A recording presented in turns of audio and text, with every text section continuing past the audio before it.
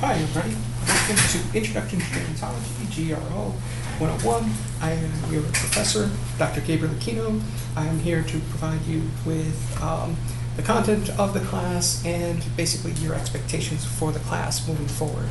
I will try to provide some videos moving forward, lecturing on the different topics of the course. Depending on the topic, I'll do my best not to make them long. I know that lengthy discussions can get pretty boring, especially since you're just listening to a recording of someone giving a lecture. I can't tell you how difficult it is for me sometimes to sit through someone giving a lecture that's been pre-recorded. So I get it. I'm going to try to provide the best I can with the materials we have and try to give you an overview of what this course is about. Your approach should be to do the readings. I'll talk a little bit more about the books. Make sure you do the discussions. Again, I will talk about the discussions in a little bit, and we'll cover the different expectations from the syllabus in just 1 second. If you are on Brightspace, you probably should have done this already, but otherwise you're not going to be seeing this video. But obviously you click on your course, right? It doesn't matter which one it is. In this case, I've got 2 different sections of the same class. You get into your class, there might be something that pops up. You can just ignore that. If nothing pops up, perfect. From here, click on content. Hopefully you've done that already. And there's where we have the syllabus. Click on the syllabus. And here's the syllabus for you. You can obviously download it and save it into your hard drive or cloud. And of course, you can print it out. You can open up in a document reader, but that's just up to you how you want to do that. For me, I am going to just provide you through Word the syllabus. So this is for the fall 2025 gerontology. I am a professor. I don't have set office hours because it's kind of difficult to set office hours for an online class. So instead, what I will do is that if we need to meet virtually, I will please email me and we will set up an appointment to meet virtually. If you just have general questions, please feel free to submit them to my email account. That's gaquino@westfield.ma.edu. I will do my best to try to respond as quickly as I can to any questions that you have. But bear with me, this is an online class. I do get a lot of emails and I just want to make sure that I do get a chance to cover them, but I want to give you realistic expectations that there are certain times where I am not going to be able to respond. So please bear with me, and if you feel like it's taking too long, please reach out again if that's the case. I try to give as much urgency to responses as possible. I kind of live off my email, but I'm also trying to maintain a sense of self-care by limiting my engagement online, right? I don't want to stress my life around by having to feel like I have to be answering questions all the time. So, and not all the time, but you know what I mean. So that's kind of how I'm approaching this. So just bear with me. I will try to do my best to get back to you. Again, if any issues, any questions, just feel free to reach out to me. And of course, we can always make a virtual appointment and set up a time that's convenient for us to meet. And I don't have an issue with that. We'll do that through either Teams or Zoom or any way that suits well. So in this course, right, we're going to be covering the social, cultural, and physical factors that impact aging. Aging is an extremely significant part of the human condition, and that is the focus of this class. Many of you are probably thinking, like, why are we doing this? well, it's because it's one of those things that is going to be extremely valuable. Hopefully by the end of this class, as you are reflecting on the materials that we've covered in this class, you will have a better understanding of what aging means and the significance of aging for our society. More importantly, and I'm going to emphasize this as much as possible, the importance of aging for yourself and for what you plan on doing career-wise moving forward. So this class is an online class. I'm going to talk about the grading real quick. This class is an online class. I will have discussions almost with every lecture. There'll be discussion questions, so you will be responding to the discussions. That's 50% of your grade. I think it's appropriate for an online course for discussions to be worth a significant part of your grades. I will also have you post weekly questions based off the readings. So you will post your weekly question, and your classmates. So most likely how this is going to work is that you will have until Friday to post your question. You will read each other's questions, and you will rate the questions. When you rate the questions, I will answer the questions that give the highest rating. That's how I choose, and hopefully when I will provide the lecture, the next lecture, I will start first by either responding to the question, or I might make a separate video focusing on answering the question as best I can. The question should be on the topic that we were covering that week, and it should be surrounding using the materials that we've covered for that week, right? So there's going to be an emphasis on focusing. These are not just random questions that you shoot. These are also not questions dealing with the structure of the class or how the class, specific materials about the class. This is really intended to be about the course materials only, right? About the topic that we're covering. So that's how we'll do with the weekly questions. And yes, you are responsible to provide a question for every topic that we're covering, right? And I will show you how that works in Plato, in Brightspace in a little bit. And then there's two exams. The two exams are only worth 15 points each because this is an online class. The exams should not be the overwhelming part of this, as we are trying to engage with the materials on a weekly basis, not an exam in the middle of the year, an exam at the end of the year. To me, that seems a little preposterous. I still think it's important to kind of connect the dots. My hope is that the exam portion will allow you to connect the dots.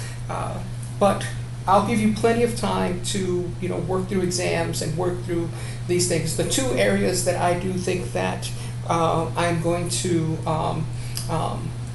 put a strict deadline on are the discussions. So you will have about 2 weeks to provide your discussion response. After that, I will still leave it open, but your grade will be affected by that discussion response. So if you're waiting past the third week, I'm going to start taking points away from your overall discussion on how late you're doing it. So if you are waiting until the end of the semester and trying to put all these discussions together at the end of the semester, which was not a good idea, well, your grade is going to be reflective of that, right? The older responses, that the older discussions are you're going to get very, very little points for that compared to the newer ones. So please stay on top of this and try to discuss them. And I'll give you about 2 weeks to kind of leeway to work on the discussion questions.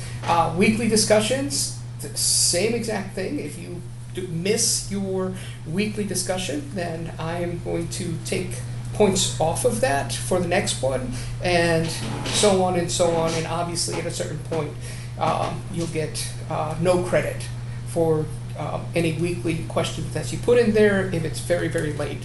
So this will keep us moving forward and will prevent you from having to wait towards the middle or some point in the semester to try to do all this work. I want you to do it in a pace that makes sense for you and for me as I'm grading through this, right? There is a textbook, and I apologize, but the textbook is expensive, and I tried to find different textbook, different materials, hoping to see what I can come up with that was reasonable. There wasn't that many, and so this is the one that fit what I was doing and how I wanted to teach the course. There are interactive components to this class in the textbook, so please engage with those. Go right ahead and work through them. Secondly, I want you to know that there is there are vignettes and case studies, and the vignettes and case studies are done through, they're written sometimes, so they provide a written explanation of them. There is links to videos and there's links to audios. Please engage with these, as these will put some of these concepts that you are thinking about into a real life perspective. and this is one of the reasons I really chose this book, is that it will provide you with a better understanding of the material. I always think that it's important to try to learn something as many different ways as possible, right? I can lecture to you about, well, there's this, and you can be half asleep listening to my voice, and be like, I have no idea what that was about. Or, and then you can read it, but then as you're reading it, you can get lost in the readings as you're taking your own notes and all that. And then, of course, there's other ways, sometimes just a direct example through these vignettes, whether they are, again, written, audio, or through video, will provide you with, this is how this works, right? I'm not going to go through all the syllabus, but just kind of covers the main parts of it. Please make sure that you read through it. These are the learning objectives: understanding gerontology, the biological, physical, psychological, and social parts of aging, and of course, understand basic concepts. This is an introductory class, and I am teaching it and approaching it as an introductory class. With your discussions, these are what I expect for you in your discussion questions and materials. I expect you to be critical. I expect you to be thoughtful. I expect you to provide a clear understanding. This is how I'm grading your materials. So, on these topics. So make sure that your discussions cover this as much as possible. Please, please, please use the materials to support your discussion. I could care less what you think about certain things. I prefer for you to give me an understanding of how you see things using the materials that were provided for you in class. That makes me more engaged with your discussion, right? That gives you more than just, I think this. That means I think this because I have this evidence that helps me to support why I think the way I do, right? And the evidence, of course, is the materials that I'm giving you for the class. So in this particular place, right, the evidence are scientifically based, and so it provides you with that kind of scientific backing. This is a college level course, so that is how we talk about things. Of course, this course is a shared responsibility. You have certain responsibilities that are expected of you, and there are certain responsibilities that are expected from me, right? I am supposed to be prepared for the class. I'm supposed to provide some sort of form of engagement with the materials. I should be able to respond to questions that you've asked. I should be able to allow be connected to it, give you every opportunity to engage and to evaluate your progress in a timely manner. So I'm going to do my best to provide you for you. You have certain expectations that you have to meet. Please be respectful to each other, to me, and this is a learning environment. So there are going to be sometimes some questions that are going to be asked. I know there's this dictum that says there's no stupid questions. Actually, there are stupid questions, but sometimes it is the stupid questions that allow us to get a better understanding of what is it that we're trying to say. So please, please engage, be involved, ask your questions. Here's the materials. I put them out weekly, so here's your weekly calendar of what to expect. So week 1, I also included the academic calendar in here from the university so that you're aware. Tuesday is opening day, which is the day that this class is opening up for you guys. So the first week we're doing this introductory, and the reading that I expect you to do is The Growth of Social Gerontology, which is the first chapter in your book. In the second week, right, we have age in other countries across cultures. Here I'll cover more of the demographic parts. So you're going to see that there's a demographic section in part 1. I'm going to move it in here to kind of talk about aging demographics, and then also include some discussion about aging cross-sectionally. But for the most part, we're going to be focusing on aging from a U.S. perspective, although a lot of the things that we will be discussing can be extended outside of the United States. So just keep that in mind as we're going through this, that this is a U.S.-centric perspective on aging. So there's going to be other issues dealing with aging that might be hinted at from this second chapter, but we're not covering in this class. biological theories of aging. Week 3, physical changes in aging, cognitive and psychological aging. Sometimes I have 2 chapters. So for example, biological theories of aging, there's the social consequences of physical aging and managing chronic disease. I think these 2 work well together. I'm covering those 2 chapters in week 3. Please keep in mind that that means you are responsible for these readings, and your discussion questions will reflect the readings that are there. So sometimes you're going to have these situations happen, but sometimes we get where there's, it gets extended. So week 5, we're going to be talking about cognitive and psychological aging, which is personality and mental disorder, and then that fits into week 6, mental health in older adults. Week 7 is aging and stereotypes, and in this class, and I'm going to talk about love, intimacy, and sexuality in old age because it falls into these kind of stereotypes that we'll get into discussion. Week 8 is open because it's going to be your midterm exam. I'm going to provide some leeway with some of the stuff that's due, like you'll get like 2 to 3 weeks to respond to some of these, and I'll try to open these things up early so that you can get access to it early. I'll do my best to find a balance on when these become available for you. Probably by the time we get to November, which is going to be right around here, week 10, week 11, I will try to open up as much of the course as possible. It depends on how many of these things I can put together in time and making sure that it's valuable to you. I will try to open these up to allow you to balance out the rest of the semester before the end on getting the materials completed, right? Sometimes you're going to find that you're going to have a lot of time in your hands, and sometimes you're going to find that you're not going to have a lot of time in your hands, right, based on your other courses or based on your what's going on in your life. So it'll give you a chance towards the end of it to kind of like manage your time more effectively, but please try to stick to at least every week focusing on spending some time on this class. Usually you should be spending between 3 to 6 hours just on this course. Yes, that is the basic understanding, 3 to 6 hours on this course. So here's week 14, week 15, we'll talk about careers and aging. This is the last thing, and I'm just gonna, there's no discussion for this one. This is gonna be me just kind of like giving you the close-up for the class. The final exam period is during this time. I will open up the final before this, so the final is going to be available to you much earlier than this. It is due, however, on the 15th, because it just makes my life easier. That gives me, and I just want to give you an idea, right? By December 23, all grades have to be submitted. I'm putting this in here so that you are aware of this for transparency purposes. I have to submit grades by the 23rd.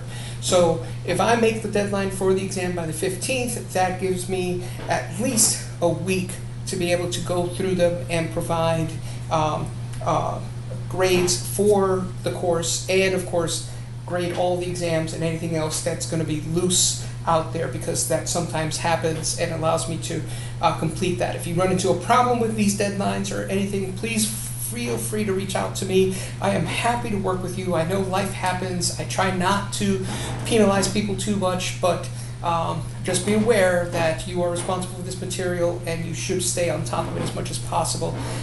It also makes it easier for me to follow through on my end of things. Real quickly, this is just a grade distribution, nothing to think about that, right? What it means to get a passing grade versus a final grade. All of your grades will be based on, if they're based on a letter grade, this is basically what the points I use. I give those letter grades, and then I calculate a final grade, which then I translate back to a letter grade, and that letter grade is your final grade. How does you? Well, you just take that from the beginning, right? That discussions are 50%, so discussions are going to be worth, can get you up to 50%, and if you notice, right, that's not enough to pass the class. You need the other stuff in order to be able to pass the class. So just keep that in mind, right? If you were to do just the discussions, didn't do any of the exams, did the discussions and the weekly readings, and you got A's all the way through, right? That's the equivalent of a 70. A 70 is the equivalent of puts you right here on this C range, right? So that would be your grade. Your grade would be between a 70, 69 and 72. That gives you a C. How to tackle the readings. I'm going to let you read the rest of this. Other stuff here is stuff that Westfield State requires us to, or asks us to allow to put in here. I have here a rubric that I basically use for grading to give you an idea of what my expectations are when it comes to your essays and your discussions. Basically, it's not that different from this rubric. So this is what I expect you to do: write, content, organizational factors, language, element, style. I will tell you, I have no issue with you using Grammarly or AI to help you critique your paper, organize your paper, put your paper together. Please, please, please do not rely on it to just write your paper. It's just not, they're not capable of doing that yet. When they do, there are so many flagrant mistakes that it's so easy to see an AI paper compared to student's paper. You run into two problems here for the most part. One is that it writes so sophisticated, the writing is so sophisticated that it is beyond an undergraduate student's capability to be able to write that way. It doesn't speak to your ability to write. It speaks to your ability to write academically. That's the distinction here. It isn't that you can't write well. I'm sure many of you write extremely well. The problem is that there's a certain academic style of writing, and sometimes AI tries to imitate that academic style of writing, and you're not trained to do that. It takes years and years. It takes graduate students, sometimes 3 to 4 years to develop that style of writing. And you're just not there. And I know it speaks to kind of like, oh, what does that, almost like an elitist kind of thing. It isn't elitist. It doesn't make us smarter. It's really just a different way of communicating, and that's how we do it. So if you're using AI, please be aware that if you rely on it solely, sometimes it does that. It gives you these kind of very sophisticated, scholarly, academic writing style that you just can't usually replicate. That kind of gives away that it's an AI.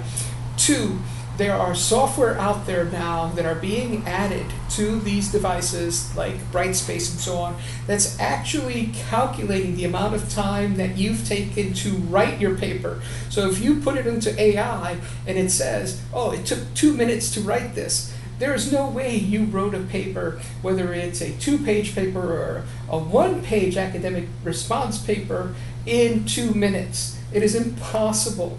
And so there are things out there that are reading through these and are calculating the amount of time that it actually took you to write your paper. And even if you write it in a different format, it somehow records when you started, when you finished, what you added, what you cut, what you paste, right? Remember that when you're using Word, it's keeping track of all that information, right? All that information is kept tracked. See right here?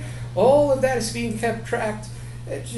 And now they're having devices being able to read through that. So do me a favor, please, please, please do the best you can to stay away from it writing it for you. Now, you could use it to make your stuff better, right? So here, right, this is an introduction to the societal and cultural factors which impact aging, right?